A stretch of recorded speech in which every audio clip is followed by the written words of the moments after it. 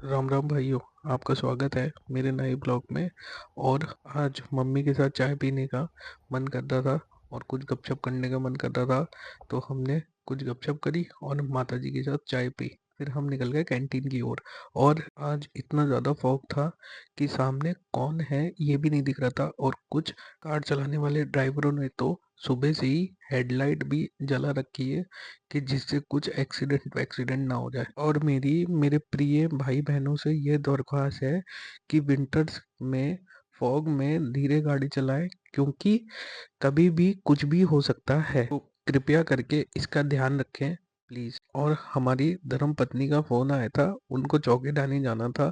तो चलो चौकी ढानी चलते हैं, हम दिखाते हैं हमारे आउटफिट्स क्या थे और कैसे कैसे व्यू था चौकी ढानी का, और क्या क्या हमने हिस्टोरिकल चीज़ें देखी, क्या क्या हमने हमारी राजस्थानी चीज़ें देखी, और क्या क्या वहाँ पे किया, क्या क्या गेम्स खेले, और ये सारी चीज़ें आपको दिखाते हैं। तो चलो चलते हैं। ये देखिए, ये एंट्री थी चौकीडानी की, और ये हमारे आउटफिट्स थे जो हमने पहने थे। और ये देखिए, ये थोड़ा सा गांव का ऑथेंटिक टच दिखाया है यहाँ पे। देखिए, ये बिल्कुल गांव जैसा फ्रेम किया हुआ है पूरा इन्होंने चौकीडानी में। और ये देखिए, हमारी धर्मपत्नी ने उल्टा सीधा वीडियो बना लिया हमारा। और फिर हमारी धर्मपत्नी और हमने वो खेला जो हम बचपन में खेलते थे, सीसॉ। हमारी बचपन की यादें ताज़ा हो गई बिल्कुल सीसॉ पे। और फिर हमने कुछ रिंग वाले गेम खेले जो बचपन में खेलते थे। 10 रुपए में 5 रिंग्स थी, वो डालनी थी जिससे हम कुछ हमारी धर्मपत्नी को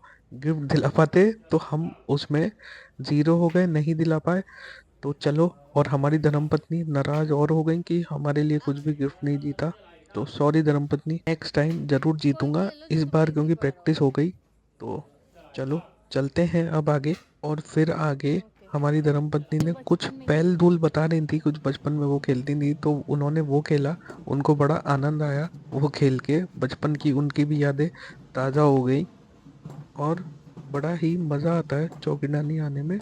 और फिर हमने कुछ पानी की तरफ फोटोग्राफ्स खींचे, और कुछ हिस्टोरिकल चीज़ें देखी। फिर हमें पेट पूजा करनी थी, तो हम ये देखिए, बहुत बढ़िया। और हमें बहुत तेज़ भूख लग रही थी, तो हमने बहुत भरपेट खा लिया था। फिर हम और हिस्टोरिकल चीज़ सुनी, जिसमें ये दिखाया था कि चित्तौड़ में जो पद्मावती जी हैं, उन्होंने जौहर कैसा किया। तो देखिए को आप भी। कई महीनों तक घेरे रखा, लेकिन चित्तौड़ के वीर सैनिकों के कारण वो चित्तौड़ पर विजय नहीं पा सका। तब उसने झट से काम लेने की बात सोची। उसने राजा रतन सिंह के पास संदेश भेजा कि हमने चित्तौड़ की रानी की सुंदरता के बारे में बहुत सुना है, आप एक बार हमें रानी को देखने दीजिए तो हम किले से हट जाएंगे। राजा रानी ये प्रस्ताव सुनकर बहुत खुश थे, लेकिन इतनी छोटी सी बात के कारण चित्तौड़ के सैनिकों का मुंह नहीं बनाना चाहते थे। इसलिए उन्होंने कहा कि जिस दिन आईने में रानी का चेहरा देख सकता है, आईने में रानी का चेहरा दिखाया गया। रानी को देखने के बाद उनके मन में झलक आ गई। अलाउद्दीन खिलखिले राजा रतन सिंह को फिर से बंदी बना लिए। अलाउद्दीन खिलखिले रानी के सामने शर्त रखी, मेरा रानी बनने के लिए मुझे मौत से इनकार। और हमें निकलने में बहुत लेट हो गया था, और फॉग इतना ज़्यादा था, दिख भी नहीं रहा था सामने की तरफ। तो चलो भाइयों और मेरी बहनों, मिलते हैं अगले वीडियो में। जब तक सबको राम राम।